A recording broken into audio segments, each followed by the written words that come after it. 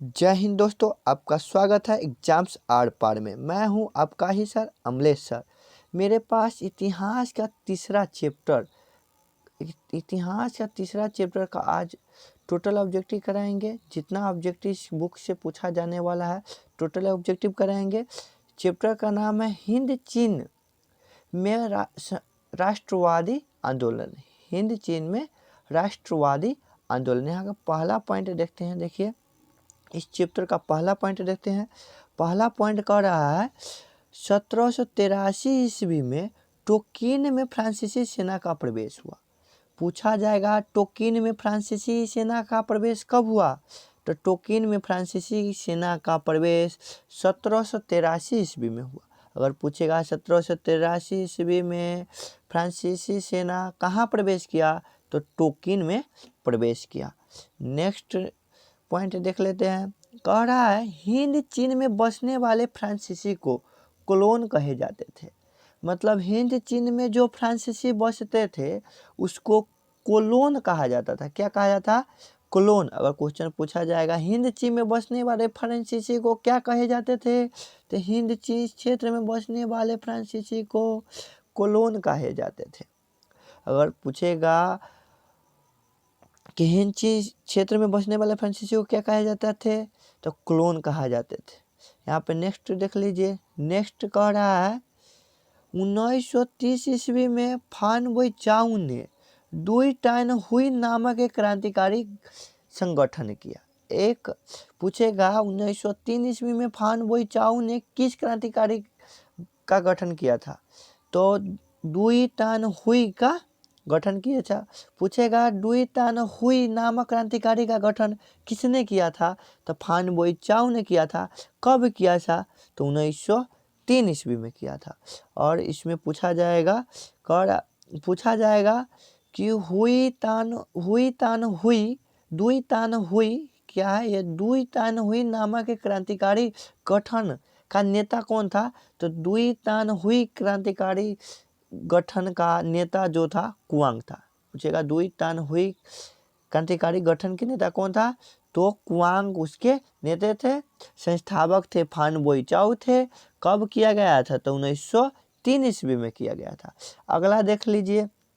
अगला पॉइंट कह रहे हैं, अगला पॉइंट ये बड़ा देख लीजिए। हिंद चीन के अंतर्गत आज के वियतनाम, लाओस, कंबोडिया के क्षेत्र आते हैं। पूछे जाएगा कि हिंद चीन के अंतर्गत कौन से क्षेत्र आते हैं, तब वियतनाम, लाओस, कंबोडिया, यह 3 गो के क्षेत्र आता है। पूछा जाएगा क्वेश्चन कि हिंद चीन के अंतर्गत आज के कौन से क्षेत्र आते हैं, तो वियतनाम, लाओस, कंबोडिया। याद रहेगा, याद रखने योग्य बातें हैं। यहाँ पे नेक्स्ट देख लीजिए। कह रहा कौन सी चौथी शताब्दी कंबोज भारतीय संस्कृति का प्रधान केंद्र बना। अगर पूछा जाएगा कि चौथी शताब्दी में भारतीय संस्कृति का प्रधान केंद्र कहाँ था, तो कंबोज में था। अगर पूछा जाएगा कि कंबोज भारतीय संस्कृति का प्रधान केंद्र बना, कब बना, तो चौथी शताब्दी में बना। कब बना? चौथी शताब्दी में बना। यहाँ पे अगला देख लीजिए। 12वीं शताब्दी में, यहाँ राज न होगा, यहाँ क्या होगा? राजा होगा। 12वीं शताब्दी में राजा सूर्य वर्मा द्वितीय ने अंकोर वाट मंदिर का निर्माण किया है। अंकोर नहीं होगा, यहाँ पे अंकोर वाट होगा। यहाँ पे देख लीजिए 12वीं शताब्दी में राजा सूर्य वर्मा द्वितीय ने अंकोर वाट मंदिर का निर्माण करवाया। पूछा जाएगा अंकोर वाट मंदिर का निर्माण कहाँ हुआ है, तो आप बताइएगा। अंकोर वाट का मंदिर कंबोडिया में निर्माण हुआ है। पूछेगा अंकोर वाट का मंदिर किसने निर्माण करवाया है, तो राजा सूर्य वर्मा द्वितीय ने करवाया है।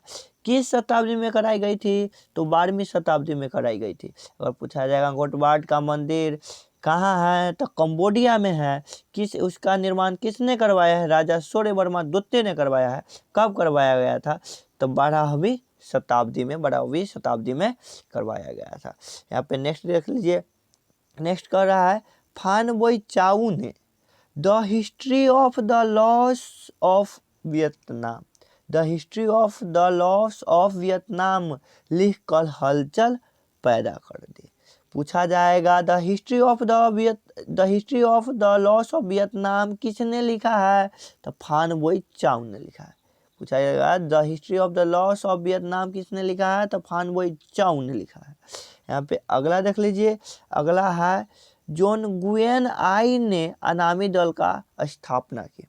तो पूछा जाएगा अनामी दल का स्थापना किसने करवाया, जॉन गुएन आई ने करवाया। अनामी दल का स्थापना किसने करवाया, जॉन गुएन आई ने करवाया। नेक्स्ट देख लीजिए 1925 ईस्वी में हो ची मिन ने वियतनामी क्रांतिकारी दल का गठन किया। पूछा जाएगा वियतनामी क्रांतिकारी दल का गठन किसने किया, तो हो ची मिन ने किया। कब किया, तो 1925 ईस्वी में किया। पूछा जाएगा वियतनामी क्रांतिकारी दल का गठन किसने किया, तो हो ची मिन ने किया। कब किया, तो 1925 ईस्वी में किया। अगला नेक्स्ट देख लीजिए, नेक्स्ट कह रहा है 1498 ईस्वी में वास्को डिगामा ने भारत की खोज की। 1498 ईस्वी में वास्को डिगामा ने भारत की खोज की। पूछा जाएगा भारत की खोज किसने किया, तो भारत की खोज वास्को डिगामा ने किया। भारत की खोज किसने किया, तो भारत की खोज किसने किया, तो भारत की खोज वास्को डिगामा ने किया। वह कब किया गया था, तो 1498 ईस्वी में किया गया था।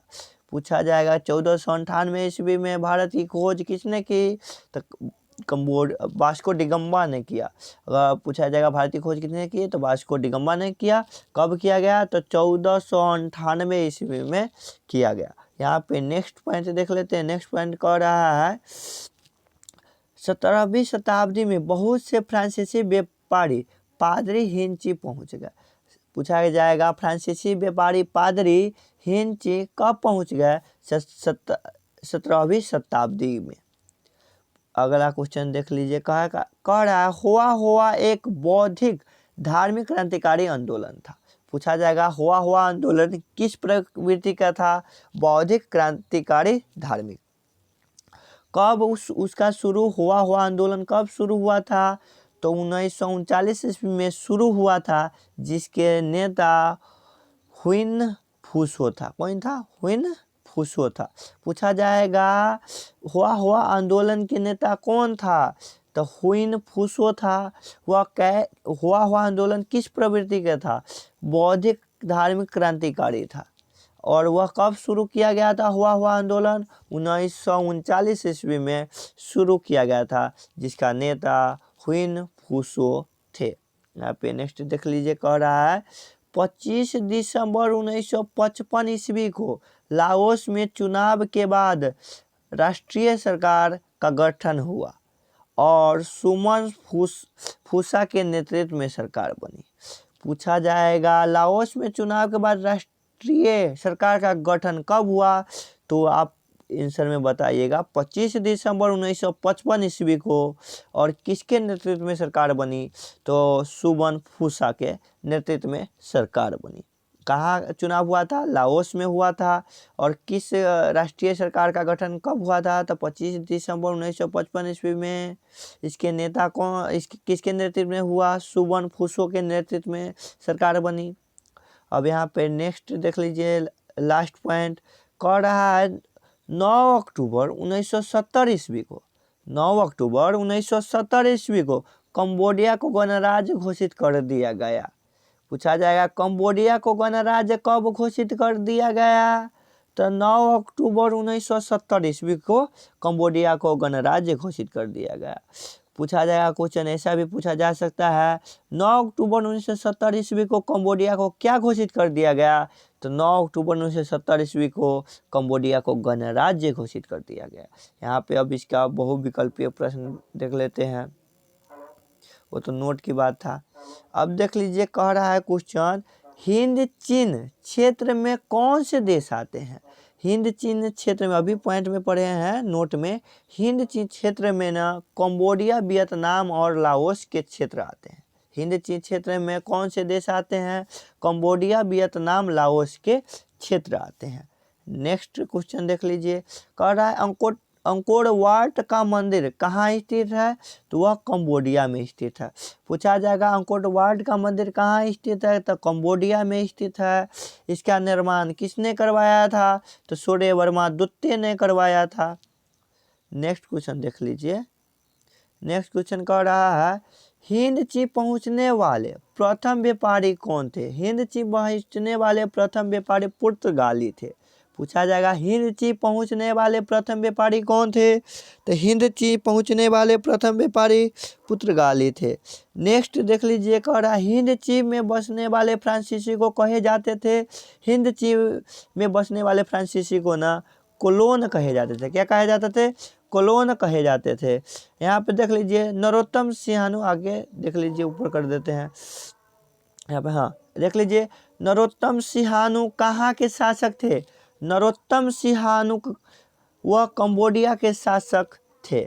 The history of the loss of Vietnam किसने लिखा है, फान बोई चाउ ने लिखा। The history of the loss of Vietnam किसने लिखा है, तो फान बोई चाउ ने लिखा है।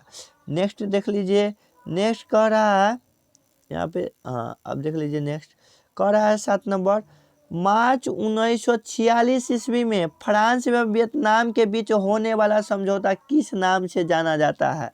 किस नाम से जाना जाता है, तो वह हनोई समझौता के नाम से जाना जाता है।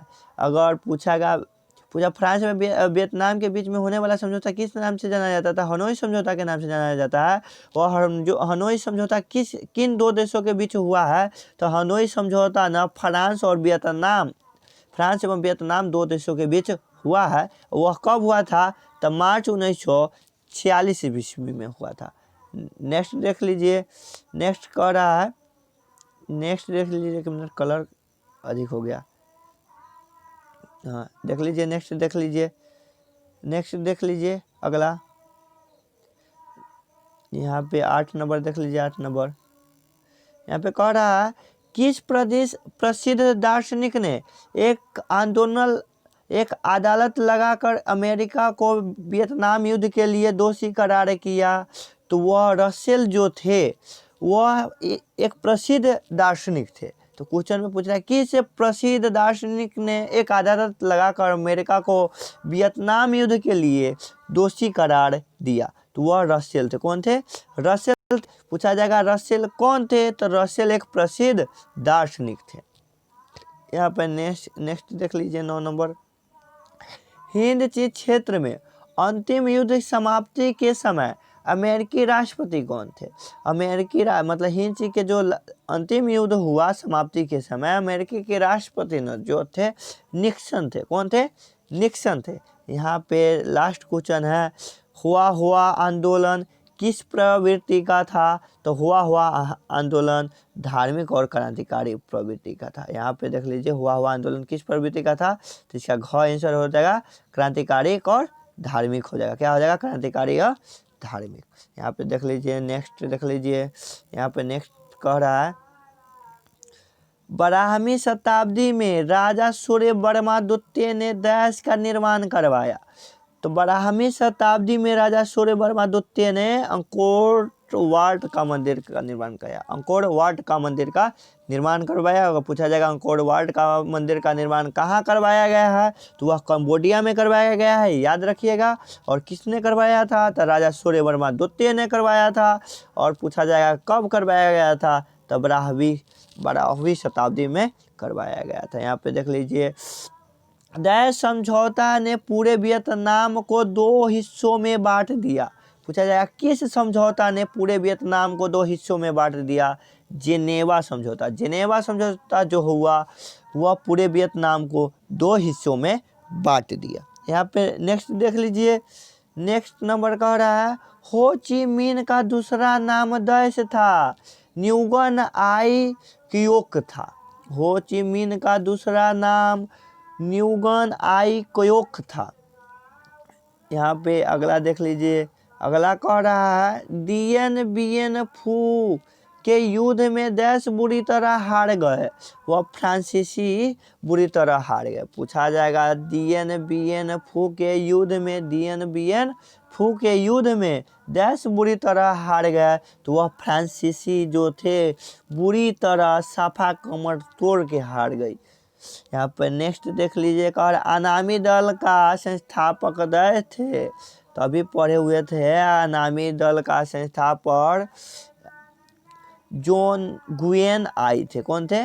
जॉन गुयेन आए थे। यहाँ पे हमने तीसरा चैप्टर हिंद चीह में राष्ट्रवाद का उदय पूरा ख़त्म कर दिया। यहाँ पे ये इस चैप्टर से इससे अधिक जितना बताएं उससे अधिक एग्जाम में आ नहीं सकता है। और आप इस जो वीडियो को अपने दोस्तों के पास अधिक से अधिक, जितना अधिक से अधिक हो, फेसबुक पे, इंस्टाग्राम पे और व्हाट्सएप के ज़रिए जितना हो सके जितना शेयर करें। और अगर आप इस चैनल पे नए हैं तो इस चैनल को सब्सक्राइब करें और बेल आइकन दबा को ऑल में रखें ताकि मेरा वीडियो का नोटिफिकेशन सबसे पहले आपको जा सके। जय हिंद, जय भारत, वंदे मातरम।